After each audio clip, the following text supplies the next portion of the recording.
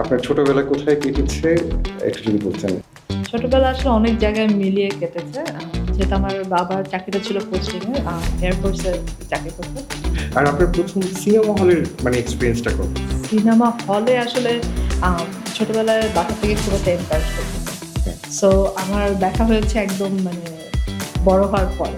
চলচ্চিত্রের দিকে যে যাত্রা, হ্যাঁ, হ্যাঁ। এই যাত্রাটা আসলে কিভাবে শুরু? আমি বলবো অবশ্যই আমি আসলে হলিউডের সিনেমা দেখেই আমার কাছে মনে হয়েছিল যে এটা মানে খুবই ফ্যাসিনেটিং একটা জগৎ, এবং আমার মেকিংয়ে আসতে ইচ্ছা হতো মেইনলি শর্টার কন্টেন্ট আমার বানাতে ইচ্ছা হতো। আমার মনে হতো যে আমার একটু মিউজিক ভিডিও বানাই বা এরকম আর কি আমার চিন্তাগুলো ছিল একদম যখন ছোট ছিলাম, স্কুলে ছিলাম। সিনেমা হলের নতুন পর্বে সবাইকে আমন্ত্রণ জানাচ্ছি। আমি শরীফ খিয়াম আহমেদ। আজ আমাদের সাথে আছেন চিত্র সমালোচক, চিত্রনাট্যকার সাদিয়া খালিদ রীতি। কানে যাওয়ার জার্নিটা যদি একটু বলতেন যে এখানে আসলে কিভাবে কি হলো? হ্যাঁ, হ্যাঁ। ক্যানে তো আমাকে ফিপ্রেসি জুরি হিসেবে নিয়েছে, ২ বার নিয়েছে। আমার আগে কিন্তু গিয়েছিলেন হচ্ছে আহমেদ মুস্তফা জামাল, যে হচ্ছে ঢাকা ইন্টারন্যাশনাল ফিল্ম ফেস্টিভ্যালের ডিরেক্টর, ফেস্টিভ্যাল ডিরেক্টর।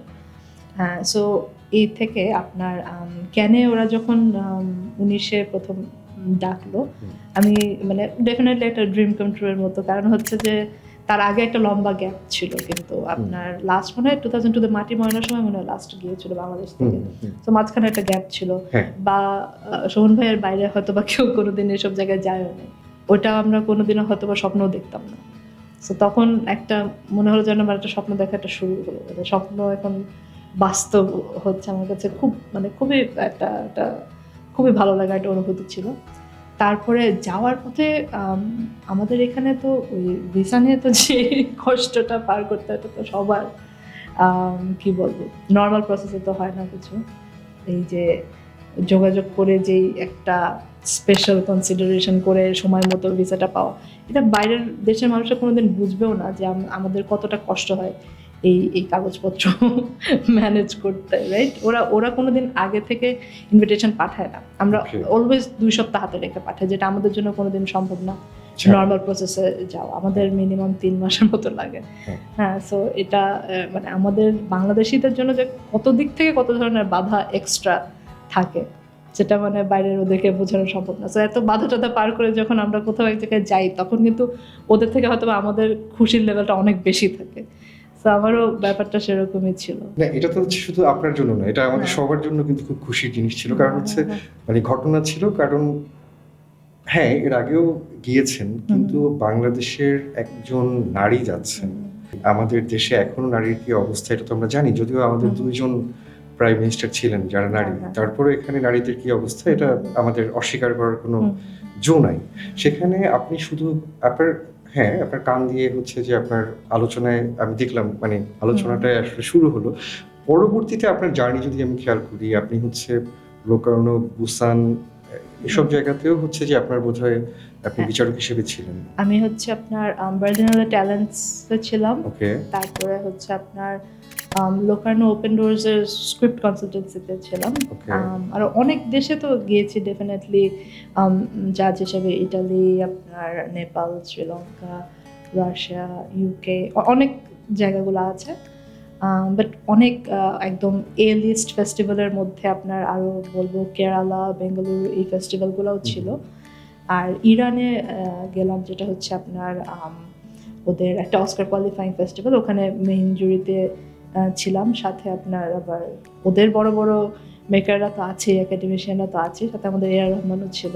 কেউ যদি হচ্ছে এখন চিন্তা করে যা আমি বড় হয়ে রীতি আপুর মতো হব, তার আসলে কি করা উচিত? সে আসলে কিভাবে জার্নিটায় যাবে? আচ্ছা, জার্নিতে যাওয়ার 2 ধরনের পথ আছে। একটা হচ্ছে আপনি অ্যাকচুয়ালি কাজটা ভালো মতো পারেন, আপনি কাজটা করেন, আপনার কাজটা দেখে কেউ আপনাকে ডাকলো। আর একটা হচ্ছে শর্টকাট, আপনি এর সাথে ওর সাথে তেল মেরে চলে গেলেন। হ্যাঁ, এই 2টা পথই খোলা আছে, আর আপনার উপরে ডিপেন্ড করছে। আমি অবশ্যই প্রেফার করবো যাতে প্রথম পথটা মানুষজন ধরে। আমাকে যেমন আপনার বার্লিনালেতে যখন ডাকলো, ওরা আমার লেখা পড়ে ডেকেছে। হ্যাঁ, এটা কিন্তু আমার কাছে খুব ভালো লেগেছে, কারণ আমি তো ইংলিশে লিখে দেখে হয়তো বাংলাদেশে একটা মেজর একটা রিডারশিপ আমি পাই না। হ্যাঁ, সো ওরা আমাকে বললাম কেন গিয়ে আমি একটা র্যাপ আপ লেখা লিখেছিলাম যে first timers ultimate survival guide. Can film festival কিন্তু খুব জটিল একটা ফেস্টিভ্যাল, বিশাল ফেস্টিভ্যাল। হ্যাঁ, তো ওখানে কোথায় কি করবেন, কিভাবে করে ন্যাভিগেট করবেন ফেস্টিভ্যালটা, ওটা নিয়ে আমি লিখেছিলাম, একটু খুব হিউমার দিয়ে লিখেছিলাম। তো ওটা ওরা খুব পছন্দ করে, ওরা বললো যে আমাদের এখানে ট্যালেন্টসে আসো এবং আমাদের জন্য এরকম একটা লেখা দাও। আচ্ছা। হ্যাঁ, এবং বার্লিনকে আমাকে আরেকবারও নিয়ে গিয়েছে ওদের একদম মেইন পেপারের ডেইলি কলামনিস্ট হিসেবে।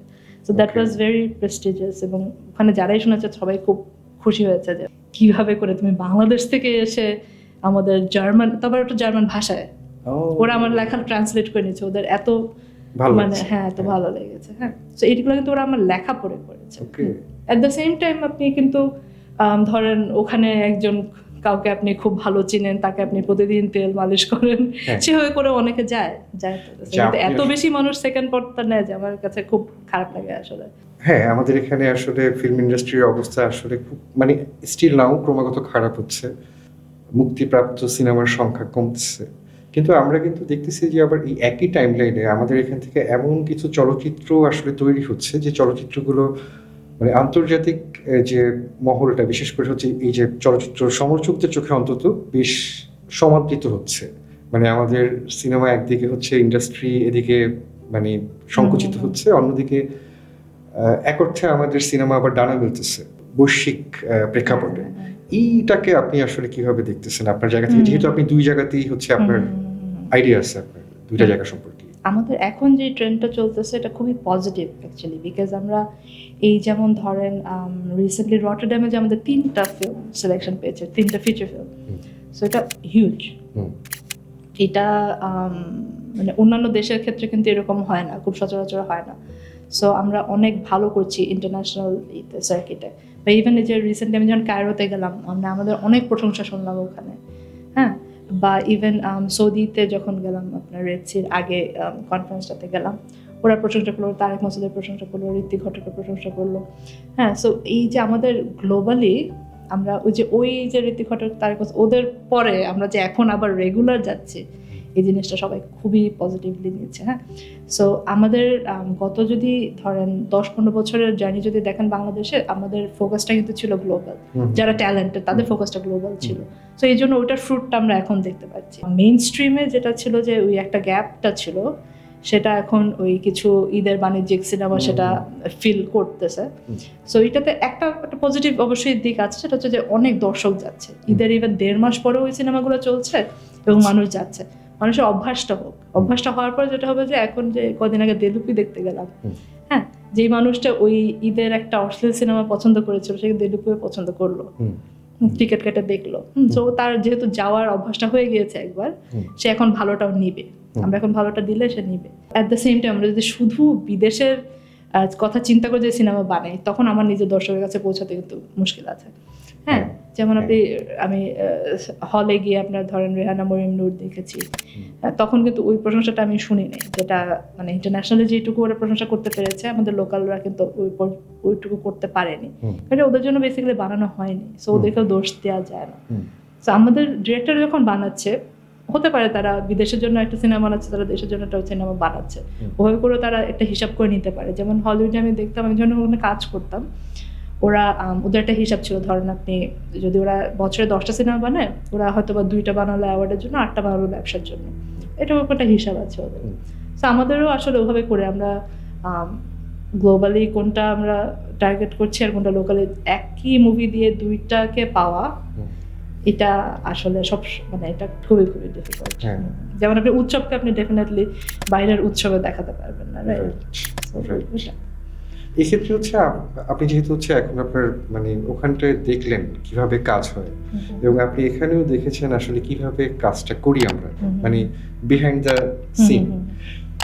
আপনি যদি একটু মানে পার্থক্যটা আমাদের বলেন যে আসলে এই যে মানে সিনেমার জার্নিটা ওদেরটা কেমন আর আমাদেরটা কেমন, মানে মোটা দাগে একটা হচ্ছে ওরা খুবই প্র্যাকটিক্যাল, একদম সেই পড়াশোনা থেকে শুরু করে। আমাদের যেমন পড়াশোনার সময় আমাদের ফোকাসটা কিন্তু ছিল যে আমরা যাতে পাশ করে হলিউডে কাজ করতে পারি, ইউনো, একটা মানে ইন্ডাস্ট্রি ফোকাসড। আমাদের এখানে ধরেন যখন পড়াচ্ছে, এখানে একটু এই দেশ, একটু ওই দেশ, একটু এই সাল, একটু ওই সাল, কোনো কিছুর কোনো ফোকাস নেই কিন্তু। এবং আমরা আলটিমেটলি পাশ করার পরে আমরা কোনো কিছুর জন্য রেডি না, হুম, আমরা কোনো একটা পার্টিকুলার জবের জন্য রেডি না, আমরা পার্টিকুলার ইন্ডাস্ট্রির জন্য রেডি না। হুম, সো ওদের ফোকাস সব কিছুতে ফোকাস। ধরেন আপনি ড্রামা লেখেন, আপনি ড্রামায় লেখেন, আপনি কমেডি লেখেন, আপনি কমেডি লেখেন, হ্যাঁ, সব কিছু। বা আপনি টিভির জন্য করেন, আপনি টিভিটাই করেন, আপনি মুভি লেখেন, তাহলে মানে ওরা হচ্ছে এই জিনিসগুলো খুবই মেনটেন করে, যে এই যে স্পেশালাইজড হওয়ার ব্যাপারটা আমাদের এই জিনিসটা নাই। এটাকে আমি খারাপ বলবো না, কারণ আমাদের দেশটা ছোট, আমাদের ইন্ডাস্ট্রিটা ছোট, আমাদের স্কিলড ওয়ার্কফোর্সটা ছোট। তো ছোট ইন্ডাস্ট্রি হলে যেটা হয় যে আপনার একই মানুষ মাল্টিপল রোলস করে, একই মানুষ মানে ইন্ডি ফিল্মের ধাঁচে করে আসলে আমাদের ইন্ডাস্ট্রিটা চলে। সো ওদেরটা হচ্ছে আপনার স্টুডিও সিস্টেমে একটা ইন্ডাস্ট্রি চলে যেরকম হয়, আমাদেরটা হচ্ছে মানে ইন্ডি ফিল্ম যে হয়ে চলে ওরকম করে চলতেছে আমাদের।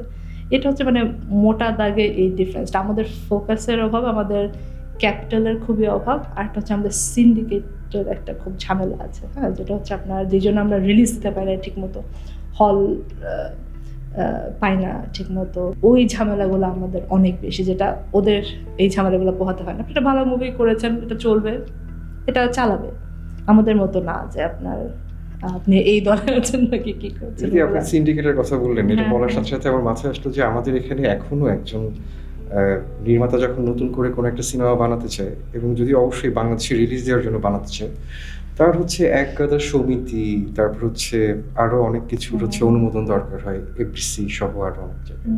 তারপর কি মনে হয় না যে হচ্ছে যে মানে এরকম একটা, এটা তো একটা মানে আর্টিস্টিক এক্সপ্রেশন, এখন এইটা করার জন্য কেন আসলে আমার এতগুলো সমিতির সিগনেচার লাগবে, বা এই যে প্রক্রিয়ার মধ্যে থেকে আমাদের যেতে হচ্ছে, এইটা কি আসলে মানে অন্যান্য দেশেও হচ্ছে এমন? না, আমাদের এটা মানে এক ধরনের চাঁদাবাজির মতোই তো না। সো আমরা যেটা করলাম যে আমাদেরকে এখন যখন আমাকে একটা দুইটা কমিটিতে যখন ডেকেছে, তখন আমাদের মানে যেটুকু সামর্থ্য ছিল এই প্রসেসটাকে ইমপ্রুভ করার, সেটা আমরা চেষ্টা করেছি, এবং এই চেঞ্জটা কিন্তু আমরা অলরেডি এনেছি, যে আপনার এফডিসির এনওসিটাও লাগছে না এখন সামনে যারা সিনেমা বানাবে, এবং আপনার এই সমিতির ছাড়পত্রটাও লাগছে না, বা মেম্বার হওয়ার ব্যাপারটা, এই জিনিস দুইটা আমরা কিন্তু বাদ দিয়েছি অলরেডি। সো সামনের বছর থেকে এটা আর হবে না। সেন্সর ফিটা আমরা এখনো বাদ দিতে পারি নাই, সেটা আমরা চেষ্টা করে যাচ্ছি। স্পেশালি শর্ট ফিল্মের ক্ষেত্রে জিনিসটা খুবই অ্যাবনর্মাল, যে একটা মানুষ তার নিজের পকেট থেকে টাকা দিয়ে একটা শর্ট ফিল্ম বানাচ্ছে, আর আমরা 15,000 টাকা সেন্সর ফি নিচ্ছি, রাইট? সো এই জিনিসটা বাদ দেওয়ার চেষ্টা চলছে, কিন্তু এটা এখনো সম্ভব হয়নি, কিন্তু বাকি দুইটা আমরা আসলে অলরেডি নতুন নীতি হয়ে গিয়েছে। সো এমনিতে আমাদের মানে এখানকার যে সেন্সরের যে মানে কাঠামো রয়েছে, এটাকে আপনার কি মনে হয় যে আমাদের সেন্সরের কাঠামোটা কি ঠিক আছে, নাকি এটাকে আসলে সংশোধন করা বা আপডেট করার দরকার আছে? আপডেট তো ডেফিনেটলি দরকার আছে, হ্যাঁ, কিন্তু অ্যাট দ্য সেম টাইম আমি বলবো যে আপনার ইরানে যেমন অনেক কড়াকড়ি আছে, হ্যাঁ, কিন্তু ওরা তার ভিতরে কত সুন্দর সিনেমা বানাচ্ছে, রাইট? সো এই যে আপনার অথরিটির কাছ থেকে যে একটা বাধা বা একটা গেট কিপিং, এটা কিন্তু থাকবেই। এটা কিন্তু আপনার ইভেন হলিউডে যে নাই তা না, হলিউডে কিন্তু আছে। ওরা সার্টেন টপিকস থেকে, যেমন ওরা কমিউনিজম নিয়ে বা ওরা রিলিজিয়াস কিছু জিনিস নিয়ে ওরা কিন্তু খুবই স্ট্রিক্ট। সো ওই জিনিসগুলো থাকবে, ওটার ভিতরেই আসলে আমাদেরকে আসলে আমাদের গল্পটা বলার ক্রিয়েটিভ আউটলেট খুঁজে নিতে হবে। হয়তোবা আমরা ডিরেক্টলি একটা জিনিস বলতে পারছি না, ওটা আমরা কিভাবে করে আর্টিস্টিক ভাবে বলতে পারি বা সাবলিমিনালি বলতে পারি, ওটা আমাদের আসলে বের করে নিতে হবে। বাট এই সেন্সরের চেঞ্জ মানে প্রসেসটা চেঞ্জ করার অনেক চেষ্টা আসলে চলছে, কিন্তু অ্যাজ অফ নাও কোনো মানে ইমপ্রুভমেন্ট আমি আসলে এখন জানাতে পারছি না। তো একটা জিনিস কি আমাদের এখানে হয়েছে যে আপনি যদি আপনি যে টাইম লাইনের কথা বললেন যে আপনার 2010-11 বা তারও একটু আগে থেকে আমরা যদি দেখি যে আমাদের আসলে সবগুলো বিশ্ববিদ্যালয়ে তখনও ফিল্ম নিয়ে আসলে পড়াশোনার সুযোগ ছিল না, কিন্তু এখন অলমোস্ট যতগুলো প্রাইভেট ইউনিভার্সিটি বা পাবলিক ইউনিভার্সিটি রয়েছে, সব জায়গায় হচ্ছে এখন ফিল্ম অ্যান্ড মিডিয়া বা জার্নালিজম অ্যান্ড ফিল্ম বা এরকম কোনো না কোনো একটা সাবজেক্ট রয়েছে। আবার এখন আমাদের এখানে ফিল্ম ইনস্টিটিউটও হয়েছে একটা, যেখানে আগে শুধু ছিল হচ্ছে নিমকো ছিল বোধহয়, নিমকোতে শর্ট কোর্সেস করা তো, হ্যাঁ, বা আরো এরকম বিভিন্ন হচ্ছে ফিল্ম সোসাইটিগুলো বিভিন্ন ধরনের কোর্স করার সুযোগ ছিল। এর বাইরে কিন্তু প্রাতিষ্ঠানিক শিক্ষার ওরকম সুযোগটা ছিল না, এখন যেটা অনেক বেড়েছে। তো এই যে আমাদের মানে শিক্ষিত চলচ্চিত্রকার যদি আমি বলি, তাদের চলচ্চিত্র যে এখন আসলে বৈশ্বিক পরিমণ্ডলে যেতে পারতেছে, এটার পেছনে কি এই যে প্রাতিষ্ঠানিক শিক্ষার সুযোগ বেড়েছে, এটার কোনো আর কি প্রভাব রয়েছে কিনা? প্রাতিষ্ঠানিক শিক্ষা আমি বলবো যে মানে খুব যে জরুরি তা না, বিকজ এটা একদম টার্সিয়ারি একটা শিক্ষা। এটা যদি এমন হতো যে আমরা একদম স্কুলে শিখতেছি ফিল্ম মেকিং, হ্যাঁ তখন সেটা একরকম, বাট আমরা অ্যাডাল্ট হয়ে যাওয়ার পরে আমাকে আরেকজনের তো আসলে হাতে কলমে শেখায় দেওয়ার জন্য আমার কোনো ইউনিভার্সিটির প্রয়োজন নেই। আমি অ্যাকচুয়ালি অন দ্য জব শিখতে পারি বা আমি অন্যান্য সোর্স থেকে শিখতে পারি। But at the same time আমাদের ফিল্ম এডুকেশনটা যে একটু বেটার হয়েছে, একটু, খুব যে বেটার হয়েছে সেটা বলবো না, কিন্তু আমি চোখের সামনে একটা গ্রোথ দেখলাম। আমি সেই 2012-তে যখন পড়লাম মিডিয়াতে আর এখন যখন পড়াচ্ছি, এই দুইটা সময়ের মধ্যে কিন্তু একটা তফাৎ আছে। সো এইটা কিন্তু একটা পজিটিভ ইম্প্যাক্ট ফেলে। হ্যাঁ, that also depends on the student, যে কে কোন জিনিসটা নিচ্ছে। কেউ যদি ওই প্র্যাকটিক্যাল লার্নিংটাকে ভালো করে নিতে পারে তাহলে তার কাজটা ভালো হচ্ছে। আবার অনেকে আছে যে আপনার যে খুব বেশি সে কথা অনেক কিছু বলবে কিন্তু সে আসলে কাজটা ঠিক মতো করতে পারবে না। এইরকম মানুষের সংখ্যা অনেক বেশি বের হচ্ছে, স্পেশালি কিছু সার্টেন ফিল্মের ইনস্টিটিউট থেকে, যেখানে হয়তোবা তাদেরকে হিস্ট্রি নিয়ে হয়তোবা বেশি পড়ানো হচ্ছে, তাদেরকে হয়তোবা তত্ত্বটা বেশি পড়ানো হচ্ছে, বাট ওটারও কোনো ফিক্সড কারিকুলাম নাই। হ্যাঁ, সো এইটা একটা মানে কি বলবো, কিছু ইনস্টিটিউট থেকে আমি খুব ভালো পাচ্ছি মানুষ যারা পাশ করে স্টুডেন্টরা খুব ভালো কাজ করছে, আবার কিছু ইনস্টিটিউট থেকে তারা শুধু একটা বড় ইগো নিয়ে বের হচ্ছে আর কি, যে আমি এখান থেকে পাশ করেছি, আমি অমুক অমুক সুবিধা পাই। তার সুবিধা পায় কিন্তু বিভিন্ন জায়গায়, এই অ্যালামনাই হিসাবে অনেক ধরনের সুবিধা পায়। স্পেশালি সরকারি কোনো কিছু একটা হলে তাদের কিন্তু আপনার ধরেন এই ক্ষেত্রে গ্র্যান্ট পাওয়ার ক্ষেত্রেও তাদের সুবিধা থাকে, এবার অ্যাওয়ার্ড পাওয়ার ক্ষেত্রেও তাদের কিছু সুবিধা থাকে। সো এই জিনিসগুলা তখন মানে তারা অনেক বেশি এনটাইটেলড ফিল, আই ফিল যে তারা খুব এনটাইটেলড ফিল করে যে না আমি অন্য সবার থেকে অনেক বেটার জায়গায় থাকবো, আমি সেম লেভেলের কাজ করলেও আমি সবার থেকে একটা বেটার জায়গায় থাকবো। সো এইটা একটু বিপজ্জনক একটা জিনিস। But at the same time teachers অনেক বেটার হয়েছে, বিকজ বাইরে থেকে পড়ে এসে পড়াচ্ছে। এবং আমি শুরুতে এসে যেটা দেখতাম যে আচ্ছা স্ক্রিপ্টটাকে মানুষজন সিরিয়াসলি নিচ্ছে না, বাট এখন নিচ্ছে। সো মানে লেজিনেস তো আছে কিন্তু আমাদের ভিতরে ডিসিপ্লিনটা নাই। আমরা আমাদের জাতিগতভাবে আমাদের ডিসিপ্লিন খুবই খুবই কম। সো যেটা আমরা পাশের দেশগুলোতে গেলে আমরা দেখি যে ওয়া ওরা এত কিছু মেনটেন করে চলে, বাট আমরা আসলে ওটা করতে, যেমন আইডিয়া আছে আমাদের কিন্তু আমরা লিখতে চাই না। সো এই জিনিসগুলো আমি স্টুডেন্টদের মধ্যে দেখি, বাট ডেফিনেটলি টিচারদের কোয়ালিটি বেটার হচ্ছে। আপনার এই চিত্রনাট্যকার হিসেবে আপনার যে জার্নিটা, এটা আমি একটু শুনতে চাই। আপনি মানে যে কাজগুলো বাংলাদেশে করেছেন সেগুলো নিয়ে আপনার এক্সপিরিয়েন্স জানতে চাই। আচ্ছা, চিত্রনাট্যকার হিসেবে সোফার জার্নিটা একটু ডিসঅ্যাপয়েন্টিং, একটু না বেশ ডিসঅ্যাপয়েন্টিং। সো আমার আসলে ইচ্ছা ছিল যে ফুল টাইম চিত্রনাট্যকার হওয়ারই ইচ্ছা ছিল, যেহেতু আমি ওটা নিয়েই পড়েছি। এবং আমি এলেতে দেখলাম তারা যেভাবে করে কাজ করে, তারা কিন্তু বেসিক্যালি একটা দুইটা ভালো স্ক্রিপ্ট বিক্রি করতে পারলে তাদের সারা জীবন আর কোনো কাজ করতেও হয় না, বিকজ ওটারই পেমেন্ট থাকে ধরেন বাজেটের 5% বা এরকম কিছু। আমাদের এখানে তো সেরকম না। আমি আসার পরে যখন প্রথমে আমার স্ক্রিপ্ট নিয়ে গেলাম একটা ওয়েব সিরিজের, তখন তো আর ওয়েব সিরিজ বলতো না, তখন সিরিজ বলতো, জাস্ট আইডিয়া নিয়ে গেলাম বিভিন্ন জায়গায়। রেটটা শুনে আমি অবাক হয়ে গেলাম যে পার এপিসোড বলে 2000 টাকা পেমেন্ট করে। এটা তো মানে বিশ্বাসযোগ্য না, এটা কীভাবে চিন্তা করে মানুষ একটা এপিসোডের 2000 টাকা। সো আলটিমেটলি আমি ওই লাইনে যাই নাই তখন। আর হচ্ছে তো ফেস্টিভ্যালগুলোর জন্য করতাম যে আচ্ছা না টাকা নাই এখানে, কিন্তু অ্যাটলিস্ট মানে আমার স্ক্রিপ্টটা দিয়ে কোনো হাবিজাবি কিছু বানানো হচ্ছে না। যেটা বানানো হবে সেটা যদি 5 বছর পরেও হয় বেটার কিছু হবে বা দেখা যাবে, বা আমি অ্যাকচুয়ালি এটাকে মানে আমার নিজের কাজ হিসাবে মানে একটা স্যাটিসফ্যাকশনেরও তো একটা ব্যাপার আছে, রাইট?